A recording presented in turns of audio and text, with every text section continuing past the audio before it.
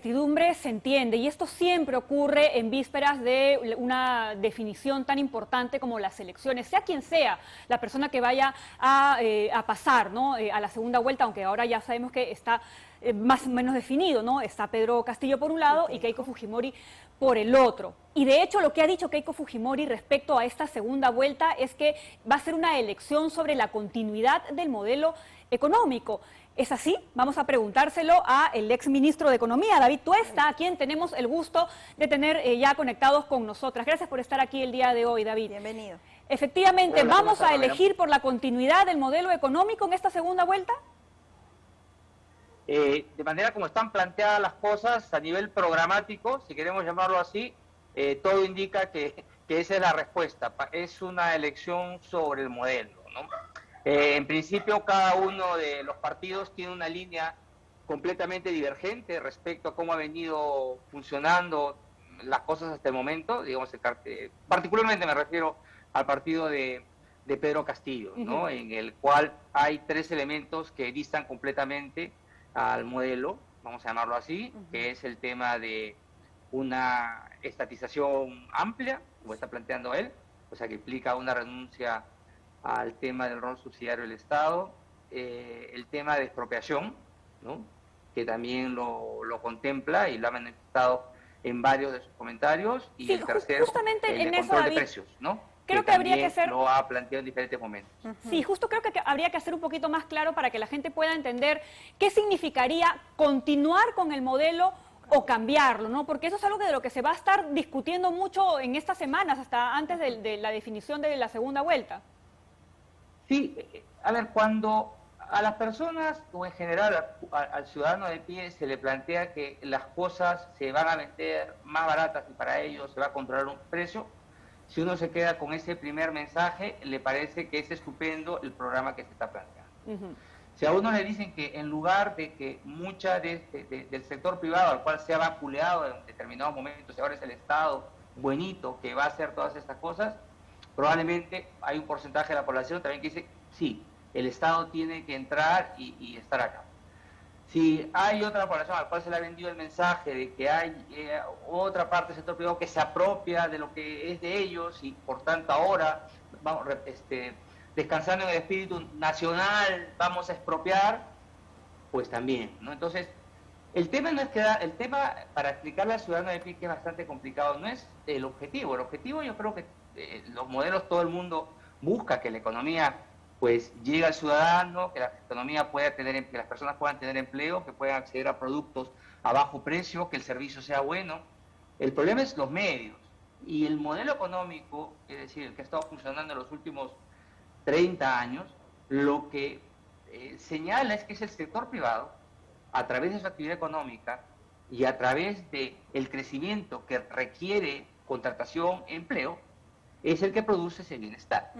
Y las cifras están ahí, ¿no?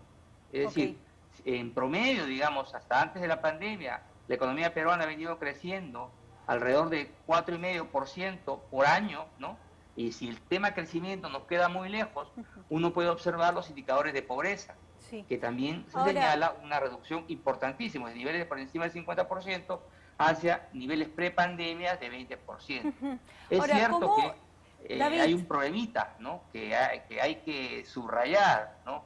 Y que la población ha venido manifestándolo desde hace unos 8 o 10 años, que es que requieren más empleo, que requieren que mejoren sus ingresos, que han habido quejas respecto a seguridad ciudadana, a salud, a corrupción, y ahí el problema no es tanto el modelo, sino los políticos que han venido gestionando. Ahora, aquí la pregunta sería, ¿cómo hacer finalmente para que la ciudadanía sienta que el modelo no es el problema, sino gestionar para que se sienta que el modelo sí abarca las necesidades de todos, sobre todo en un escenario donde se ha develado que no tenemos trabajo, que no todos somos iguales, que la pandemia ha puesto mucho más vulnerables a unos sobre otros? Mira, lo señalas perfectamente, efectivamente. La pandemia, todo esto que he comentado, esta manifestación que se ve por años, ¿no? Por parte de las personas, ha explotado finalmente con la presencia de la pandemia. Todo esto que he mencionado se ha agudizado. Hoy ya las personas están en desesperación. En el día a día fundamentalmente viven, ya textualmente, para sobrevivir, para cuidarse contra los contagios, para curar a sus enfermos, para verse oxígeno, para enterrar a sus muertos. En eso está preocupada la población y dice, pues evidentemente ya no me entiendes, y por eso el resultado electoral se ha fragmentado de esta manera y por eso estos resultados sí. donde se ha preferido algunas soluciones extremas. Y ahí el tema es que justamente los políticos deberían entender, y ese es el gran problema, porque es fácil decirlo y fácil cumplirlo, en establecer algún tipo de pacto.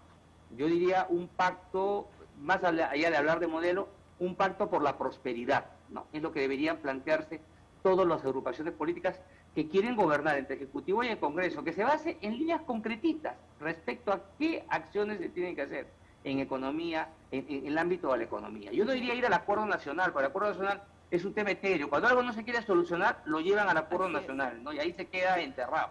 Lo que hay que hacer es hacer un pacto muy concretito y plantear qué cosa y cómo atender estos problemas. Hay un riesgo adicional, que es que las personas también se empiezan a manifestar su hartazgo con el sistema democrático, ¿no? Y eso se ha venido recogiendo también en varias encuestas. Y es por eso que a muchas personas dicen, oye, este señor que dice que quiere cerrar el Congreso, que dice que vamos a terminar con el Tribunal Constitucional, pues dicen, caramba, sí, porque esto no hace nada. Entonces hay que tener muchísimo cuidado, que hasta eso se está cuestionando ahora. Pero justo en ese punto, David, de ganar, en un hipotético caso, el señor Castillo, ¿qué tanto margen de acción va a tener, tomando en cuenta la fragmentación del Congreso? Y además, si cabe la posibilidad de que se produzca el mismo fenómeno que ocurrió con Humala en el 2011, ¿no? En donde efectivamente todos decían que era el cuco, y por ahí, pues, finalmente tuvo, ya algunos economistas han señalado que no hubo mayores cambios en lo que fue la política económica de nuestro país. Sí, mira, es difícil efectivamente que un escenario tal cual está planteado en el programa económico de Perú Libre efectivamente se vaya a llevar a cabo y en tan corto plazo, ¿no? Tiene, como señalas tú, una fragmentación del Congreso. Pero eso no quiere decir que no se puedan plantear los pasos para que ello al final se termine produciendo. Recuerdan ustedes que, por ejemplo, si analizamos el caso del chavismo, esto de la transformación para mal que tuvo la economía venezolana no se dio de la noche a la mañana. Lo que hizo Chávez justamente fue utilizar los canales democráticos, las elecciones, los plebiscitos, para replantear absolutamente todo. Entonces, la elección de un partido y de un personaje que está planteando este tipo de lineamientos es que no mañana van a cambiar las cosas, sino hay un riesgo que se empiece a plantear exactamente el mismo camino, ¿no? Y que al final podamos terminar derivando, por ejemplo, un cambio constitucional, algunos de estos espacios que son peligrosos para la inversión privada, que yo soy un creyente de que es lo único que genera empleo a largo plazo. El Estado no genera empleo a largo plazo. Entonces, el riesgo va por ese lado. David. En todo caso, hay un elemento adicional que es, la señal es mala, ¿no? Si es que termina elegido, si es que no hace algún tipo de concesión, como manifestaba Pamela, respecto a una hoja de ruta, a un punto de acuerdo, como hizo Humala en su momento, nos esperan varios años al menos de crecimiento bajo o parálisis económica, diría yo. Sí, yo solo quiero cerrar esto con el punto de tener el Pacto Nacional. No de cara al compromiso que pueda asumir el Congreso, sino en estos días que van a ser cruciales para llegar a una segunda vuelta. ¿Cuál es la propuesta? ¿Crees tú que tiendas políticas de momento tengan que salir al frente a asumir este pacto? Sí, acá y es muy concretito, no más que hablar de un pacto y que sentémonos horas, días, semanas. No, es muy concreto. Acá el tema es salud. ¿Cuál es la urgencia principal ahora? Salud. ¿Qué necesitamos? Vacunas. ¿Qué necesitamos? Un buen plan de contención para aquellos que están confinados o no pueden trabajar en las horas que tienen que trabajar, puedan realizar su negocio. ¿Qué acuerdos muy concretos y cómo plantearle en la parte de salud? Empleo, bien. De la misma manera. ¿Qué pasos hay que seguir en este ámbito? ¿Qué rol tiene que cumplir el sector privado? ¿El Estado realmente puede ayudar a recuperar los 3 millones de empleos que se han perdido, cuando en las mejores de nuestras épocas anualmente se generan 200.000, 150.000 empleos al año? O sea, ¿cómo hacemos un plan realista y qué horizonte planteamos para que la gente empiece a sentir algo de mejora? ¿Cómo hacemos para mejorar? Estaremos pendientes, los más vulnerables? David. Acciones concretitas, es medida, objetivo, acción. O sea, 3, 4, 5 cosas con lo cual empezar a actuar y donde tratemos de dejar de lado todos los aspectos del ámbito ideológico, ¿no? Bueno, yo creo que eso es estaremos lo pendientes a primero ver que si... deberíamos plantear, más allá de Sí, quién gane la si elección, las agrupaciones porque ya el Congreso acogen. está con una fragmentación tremenda, ¿no? Entonces, eso ya va a plantear la necesidad de que hayan acuerdos, ¿no? Porque si no nos espera, honestamente, una extensión más de lo que hemos visto en la década pasada, ¿no? Una degradación más de la política, así que no se plantean acciones que den solución concretas al ciudadano.